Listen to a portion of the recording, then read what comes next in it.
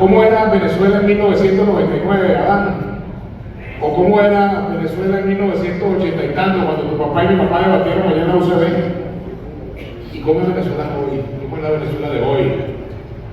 Y como Luis puso a participar a la gente, yo soy redactor de la Constitución y creo en la democracia participativa y protagónica, yo los quiero poner a participar también y quiero que sean lo más honestos posible y valientes.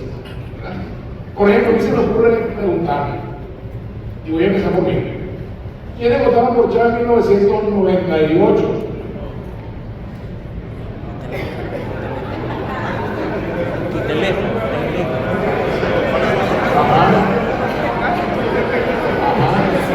¿Quiénes votaron por Capriles?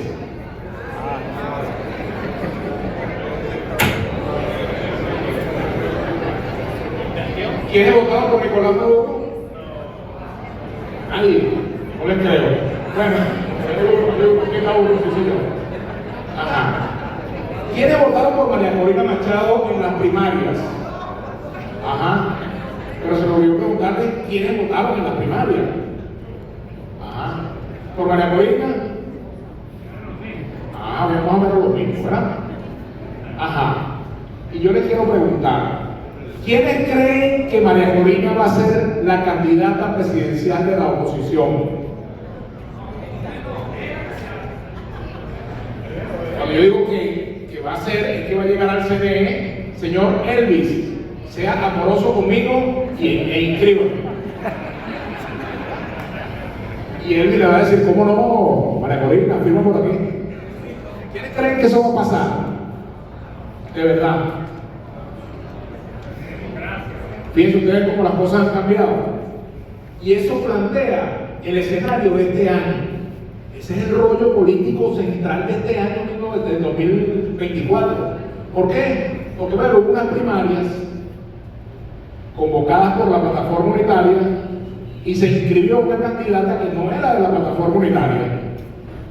Y resulta que esa candidata que no era de la plataforma unitaria, por la cual yo no voté, por cierto, yo voté en la primaria, esa candidata aplastó a la plataforma unitaria que convocó ese evento. 90 y tanto % de apoyo tuvo María Corina. Pero fíjense qué cosa, ¿no? Las primarias opositoras no resolvieron el problema para el cual fueron convocadas. El problema de la candidatura opositora. Expresaron la voluntad, ¿verdad?, de quienes participaron, 2 millones y tanto de personas que participaron en la primaria, bueno, decidieron que quieren que su candidata sea María Corina Machado. Pero ustedes saben que estamos en Venezuela, ¿verdad? Y que en Venezuela, pues, una cosa son los deseos y otra cosa son las realidades, ¿verdad? Yo deseo, y me voy a meter un poquito en Honduras aquí, estamos en Venezuela, me voy a meter en Honduras. Yo deseo poder ser independiente en mi país. No lo tenemos. Yo deseo que el sistema de seguridad social funcione. No lo tenemos. Deseo que la educación funcione. Tampoco lo tenemos. Deseo que el sueldo alcance para todos, que tengamos un salario digno, que tengamos una economía productiva, que pasemos, que fue la promesa básica del chavismo, pasar de la economía rentista a la economía productiva. Pero no lo tenemos. O sea, tenemos muchos deseos reprimidos en nuestra sociedad que hay que tratar de completar, ¿verdad? De ser una sociedad más democrática. Quiero libertad de expresión en mi país, quiero tener todas esas cosas. Pero nosotros muchas de esas cosas no las podemos tener. ¿Quiere decir que tenemos que renunciar a ellas? No, es un tema de ver. Pero bueno, lo que vamos a ver un poquito es el panorama político de este año. No quiero poner a expresar una lista de deseos porque si me pongo a emprender en cosas que deseo y fracaso, entonces me voy a sentir muy mal. Fíjense ustedes, les decía que la plataforma unitaria convocó las primarias y no ha resuelto esa primaria el tema central de la candidatura opositora, que fue para lo que convocaron la primaria. Pero además de eso, tampoco ha resuelto el tema de la unidad opositora. ¿Cuántas fotos han visto ustedes de María Corina Machado rodeada de Henry Ramos Ayub, rodeada de Enrique Capriles, rodeada de Manuel Rosales, o de Delsa Solórzano, o Luis Emilio Rondón, o Luis Florido? muy pocas o casi ninguna, ¿verdad? ¿Por qué? Porque hay un conflicto dentro de la plataforma unitaria también, ¿verdad? Ellos dicen en la plataforma unitaria que van a acompañar a María Corina como su candidata, que la defienden, ¿verdad? Pero bueno, y María Corina habla de hasta el final, ¿verdad? Ajá, el final de María Corina es el mismo final de los partidos que están en la plataforma unitaria. Se van a prestear con ella definitivamente hasta el día de la inscripción, que van a decir, si no es María Corina, tiene que ser María Corina, porque si no es ella, no es nadie. Ese es el escenario que aquí se imagina la gente.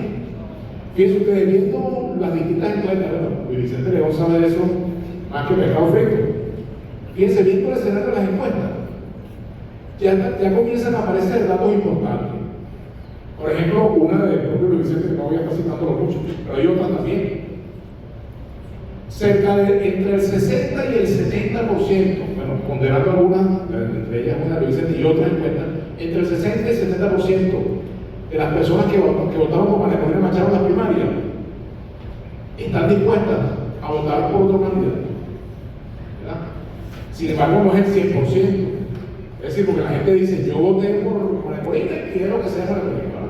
Pero las realidades a veces pesan mucho más que los deseos, ¿verdad? Y es una realidad, al menos hasta el día de hoy, que María Corina Machado va a tener serias dificultades para concretar su candidatura, ¿verdad? Y fíjense lo siguiente: si María Corina Machado llega a inscribirse como candidata presidencial, yo voy a comenzar a creer en los milagros, de verdad. Y lo digo en serio, no lo digo para burlarme de ella ni nada, sino porque es una realidad. Hay una decisión política del chavismo gobernante, porque también hay que establecer, ¿verdad? Del chavismo madurismo, digamos. Hay una decisión política de que María Corina no sea candidata. ¿Por qué? Porque María Corina representa la principal amenaza para el chavismo, hablando del esquema de fortalezas, amenazas, debilidades, etc. María Corina representa para el chavismo la certeza de que salir del poder implica persecución, implica, bueno, venganza o justicia, implica retaliación, ¿verdad? Implica recibir, en alguna medida, la medicina que ellos han dado, ¿verdad? Y entonces fíjense ustedes, ¿cuál es el problema? Que en Venezuela no se ha resuelto el día después. ¿Qué me va a pasar a mí como gobierno, como presidente, en el caso de Maduro, que tiene en su cabeza una recompensa de $15 millones, por ejemplo? ¿Qué le va a pasar a Maduro si él pierde las elecciones? María Corina le va a garantizar que va a haber respeto a su condición de líder político, le van a permitir un espacio político a él. Ustedes le preguntan eso al chavismo, a los militantes del PSUV, y les aseguro que más del 90% dicen que no creen que eso ocurra, que pasarían a ser una fuerza segregada, perseguida, hostigada, ¿verdad? Y entonces comenzaríamos a ver que cuando haya chavistas que van a visitar una región, le van a poner cabalas en la carretera, van a sentir miedo porque no van a poder movilizarse, se van a sentir perseguidos, acosados. Si están en el gobierno, muchos se sienten así. Imagínense ustedes si el gobierno pierde las elecciones, si el PSUV pierde las elecciones. Entonces, el otro asunto que no está resuelto este año, y no se avisó la que va a estar resuelto, es el del día después. Y mientras en Venezuela no se decida, no se discuta el diálogo, las conversaciones, las negociaciones, no se concentre en el día después, el conflicto político no va a estar resuelto. ¿Por qué? Porque todavía, con toda la crisis que hay en Venezuela, el descontento, el desánimo, con todo eso, todavía en nuestro país, para el gobierno, el costo de permanencia sigue siendo más bajo que el costo de salida. Aquí habrá una transición pacífica, democrática, el día en que evidentemente el costo de salida para el gobierno sea más sencillo. Por eso el reto de la oposición es muy complicado y los desafíos que tiene el gobierno también son complicados. Yo me imagino cómo será una madrugada